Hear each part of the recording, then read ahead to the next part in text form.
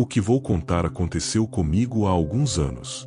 Nunca gostei de histórias de terror, sempre achei que eram exageradas, inventadas para assustar. Mas o que vivi naquela casa me fez mudar completamente de ideia. No final de 2021, eu estava vivendo um período estranho da minha vida. Tinha acabado de sair de um relacionamento longo, daqueles que deixam a gente sem chão, e achei que a melhor forma de me recompor seria mudar de ambiente. Foi assim que aluguei sozinho um pequeno sobrado geminado em uma rua tranquila da periferia de uma cidade no interior de São Paulo. Era a primeira vez que eu morava sem ninguém por perto. Eu já tinha 27 anos, trabalhava de segunda a sábado em um centro de distribuição e, na teoria, levava uma vida estável. Mas, na prática, a solidão batia forte. O silêncio dentro de casa era pesado, às vezes quase sufocante. Ainda assim, eu tentava acreditar que aquele isolamento seria uma chance de recomeçar. As casas da rua eram todas parecidas, fachadas simples, muros baixos, portões de ferro pintados de verde ou marrom, quintais pequenos com plantas mal cuidadas. O lugar tinha um ar pacato, de bairro onde nada de ruim acontece, habitado em sua maioria por idosos e famílias discretas. Eu não conhecia ninguém ali. Cumprimentava de cabeça baixa alguns vizinhos quando passava, mas não puxava conversa. Gostava de me manter reservado. Até que comecei a notar alguém que destoava daquele cenário. Ele morava 3 casas depois da minha. Um homem alto, forte, com a barba sempre desgrenhada, que tinha o estranho hábito de passar as noites parado na frente de casa. Às vezes encostava no portão, outras vezes ficava sentado na calçada, fumando em silêncio. E havia noites em que simplesmente permanecia de pé, imóvel, olhando para a rua. Eu chegava do trabalho por volta das 9, 10 da noite, e lá estava ele. Nunca me cumprimentou, nunca sorriu, apenas me observava. Não era um olhar curioso, desses que qualquer vizinho poderia lançar. Era algo diferente, pesado, frio, como se me estudasse. Comentei com alguns amigos e até com minha mãe. Todos riram, disseram que talvez ele tivesse insônia, ou que fosse apenas um cara solitário passando o tempo. Mas, dentro de mim, havia algo errado. Não era só a presença dele. Era a imobilidade, a forma como parecia sempre estar à espera de alguma coisa. Tentei ignorar, mas a sensação no meu estômago dizia o contrário. E foi então que os barulhos começaram. A primeira vez que ouvi algo estranho foi em meados de setembro. Eu tinha acabado de chegar em casa depois de um turno pesado no trabalho. Meu serviço era puxado, controlando estoque e organizando mercadorias em um galpão. Normalmente eu só conseguia entrar em casa perto das 10h30 da noite, morto de cansaço. Nesse dia, comi qualquer coisa rápida, tomei um banho e fui direto para a cama. Devia ser por volta da meia-noite quando adormeci. Só que, exatamente às 2h37 da madrugada, despertei com um barulho que me fez gelar por dentro. Era um som metálico, arrastado, como ferro raspando em madeira. Pensei, no primeiro instante, que tinha sonhado. Mas o barulho veio de novo, lento, semelhante ao barulho de um portão enferrujado se abrindo. Meu quarto ficava nos fundos da casa, no térreo, e tinha uma porta de vidro de correr que dava para o pequeno quintal cercado por um muro baixo. Aquele quintal era todo coberto por pedrinhas brancas no lugar da grama, o que fazia qualquer passo ser facilmente reconhecido. Eu me sentei na cama, com o coração disparado, e fiquei em silêncio absoluto. Então, depois de alguns segundos, ouvi claramente. Passos. Não eram passos de animal. Eram pesados demais para isso. O som das pedrinhas se comprimindo e cedendo denunciava alguém andando devagar, como se estivesse tentando não ser percebido. Minhas mãos tremiam. Peguei o celular e, sem coragem de levantar de imediato, abri a gaveta do criado mudo, onde eu guardava uma faca de cozinha meio cega. Parecia ridículo, mas era a única coisa que eu tinha para me defender. Com cuidado, me agachei ao lado da janela e abri uma fresta da cortina. Do lado de fora, nada. A luz de presença do quintal não tinha acendido, o que me fez pensar que a pessoa poderia ter entrado de uma forma que evitasse o sensor. O barulho cessou. O silêncio voltou a pesar, mas eu sabia que havia alguém ali. E foi nesse momento que disquei o 190. A atendente pediu meu endereço, fez algumas perguntas e disse que uma viatura seria enviada imediatamente. Eu mal conseguia respirar. Uns 10 minutos depois, as luzes vermelhas e azuis refletiam pelas paredes da minha sala. Abri a porta para os 2 policiais que chegaram. Contei o que tinha acontecido, os ruídos, a hora exata, e um deles foi verificar os fundos da casa enquanto o outro continuava conversando comigo. Pouco depois, o policial retornou. Disse que o portão estava fechado, que não havia sinais de arrombamento e que provavelmente eu tinha me assustado com algum animal. Ainda comentou algo sobre gambás e gatos da vizinhança. Eles ficaram ali só mais uns minutos, preencheram um boletim rápido e foram embora. Eu tentei argumentar, mas percebi pelo olhar que me deram que, para eles, eu estava exagerando. Naquela noite, não consegui dormir mais. Na manhã seguinte, ainda abalado, fui verificar o quintal por conta própria. Foi aí que percebi algo estranho. O portão dos fundos tinha uma pedra travando a parte de baixo, impedindo que fechasse totalmente. Não estava ali antes.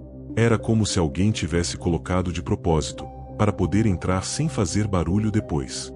Arremessei a pedra longe, com raiva e medo ao mesmo tempo.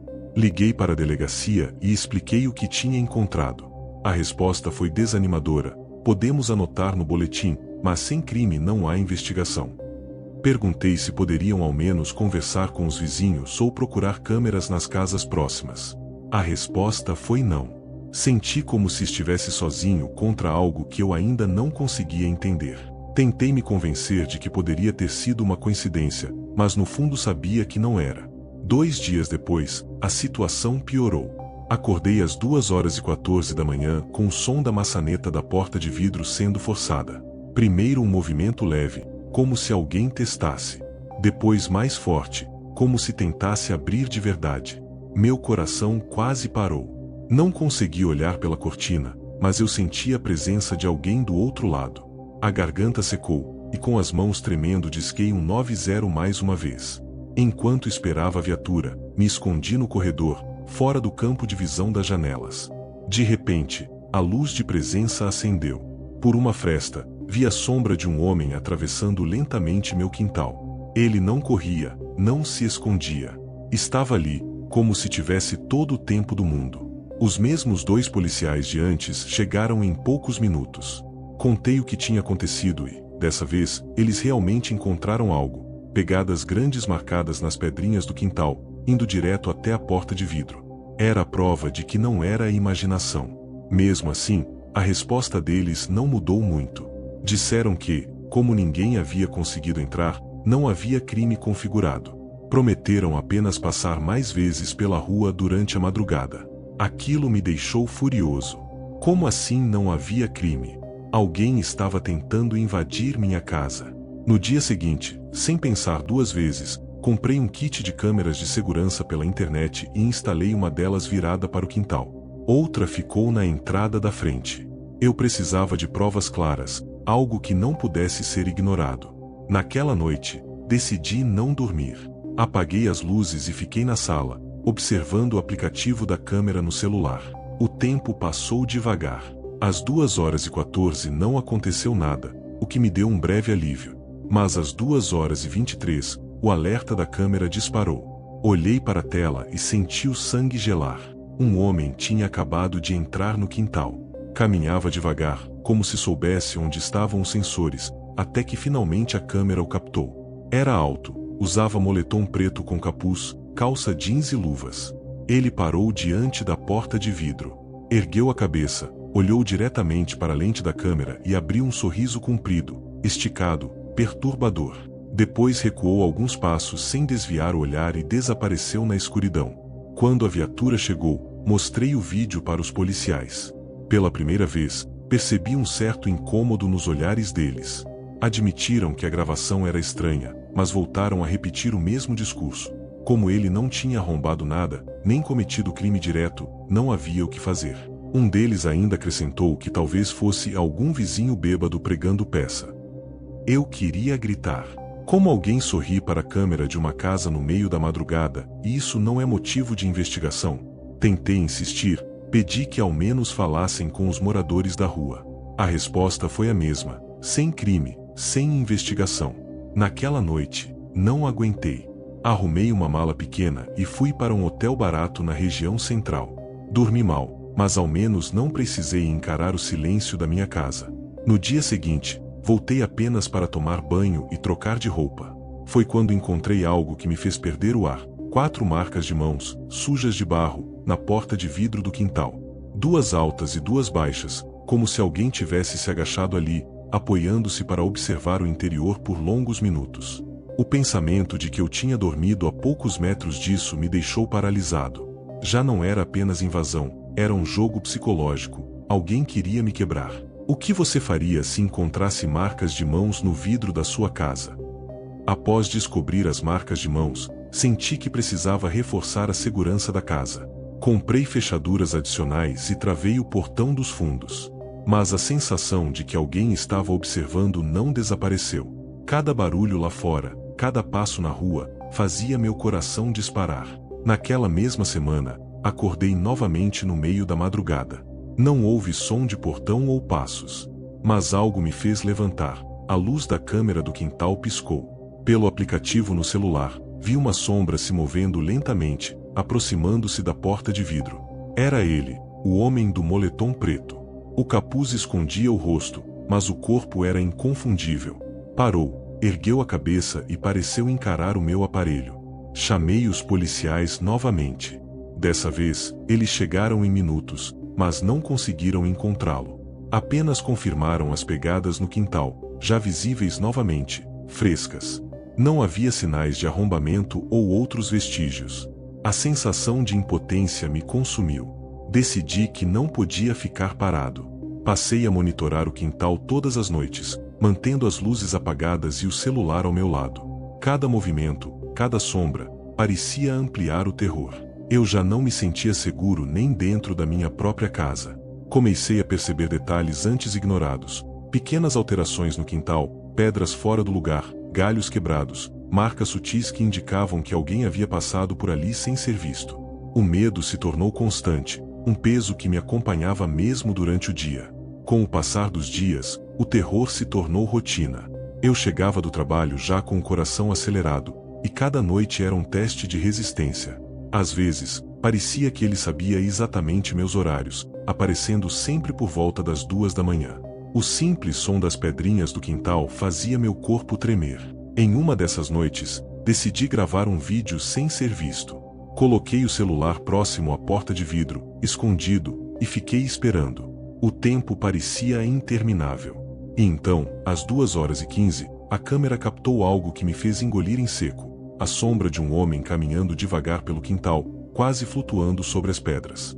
Ele parou diante da porta, olhou para a câmera e ficou imóvel por alguns segundos, como se saboreasse cada momento. Depois se afastou silenciosamente, desaparecendo na escuridão. Fiquei dias sem conseguir dormir direito. Cada vez que fechava os olhos, imaginava aquele sorriso alongado, aquele olhar fixo, a sensação de ser observado constantemente. Comecei a rever minha rotina, evitando ir à cozinha à noite, dormindo com a luz acesa e mantendo a porta do quarto trancada. Não conseguia mais confiar na própria casa. Tudo parecia perigoso. Cada som mínimo, cada sombra passando pela rua, fazia meu coração disparar. Eu estava vivendo em estado de alerta total, sempre pronto para reagir. E mesmo assim, sabia que isso era apenas o começo. A sensação de que alguém me espreitava não deixava minha mente em paz, e eu já não conseguia separar o que era paranoia e o que era realidade. Depois de noites sem dormir direito, decidi reforçar ainda mais a segurança. Instalei uma câmera adicional na lateral da casa, que captava o caminho até o portão da frente. Também comprei sensores de movimento extras e luzes automáticas. Mas, mesmo com tudo isso, a sensação de que ele estava ali continuava. Numa madrugada, por volta das 2h20, fui despertado por um estalo diferente. Olhei pelo aplicativo da câmera, mas não consegui ver nada, mesmo tendo a certeza que ele estava ali. O medo tomou conta de mim. Cada minuto parecia uma eternidade. Eu já não aguentava mais as noites em claro e o medo constante de que a cada noite algo de pior poderia acontecer. Passei a evitar dormir no quarto dos fundos. A porta de vidro se tornou um ponto de terror. Até o barulho de uma coruja ou de um gato na vizinhança fazia meu coração disparar. Comecei a me sentir preso dentro da minha própria casa, sem ter para onde correr. A sensação de impotência e vulnerabilidade era esmagadora. Mesmo sabendo que ele ainda não havia entrado, eu sentia que meu espaço já não me pertencia mais. Algo ou alguém havia invadido minha rotina, minha mente, e parecia cada vez mais perto. Passei as próximas 2 semanas dormindo em qualquer lugar que não fosse minha casa. Hotéis, casa de amigos, familiares. Qualquer lugar que me mantivesse longe o suficiente da sensação de estar sendo observado. Certo dia, resolvi voltar apenas para recolher minhas coisas mais essenciais. Foi quando encontrei algo ainda mais perturbador: uma folha de caderno amassada na minha caixa de correio. As letras miúdas e apertadas diziam: "A polícia vai embora, mas eu não." A mensagem era clara. Ele sabia que eu estava tentando proteger meu espaço, mas ainda assim se sentia no controle. A sensação de estar caçando e sendo caçado se tornou real. Depois dessa ameaça direta, não tive outra escolha. Rompi o contrato e saí do sobrado. Não me importei com o depósito que perdi, nem com o transtorno. Aquele lugar não era seguro, nem para mim nem para qualquer outra pessoa. Meses depois, recebi uma mensagem no Facebook de uma moça que havia se mudado para minha antiga casa. Ela dizia que também sentia passos à noite e que alguém havia batido na porta de vidro por volta das 2 da manhã. Não respondi. Não queria saber o que tinha acontecido. A experiência me mudou para sempre. Nunca mais me senti seguro da mesma forma. Cada ruído à noite, cada sombra passando por uma rua silenciosa, trazia de volta aquela sensação de estar sendo observado, caçado, estudado. E você, já passou por uma experiência onde sentiu que alguém te observava? Conte sua história nos comentários. Pode ser a sua chance de descobrir se não está sozinho.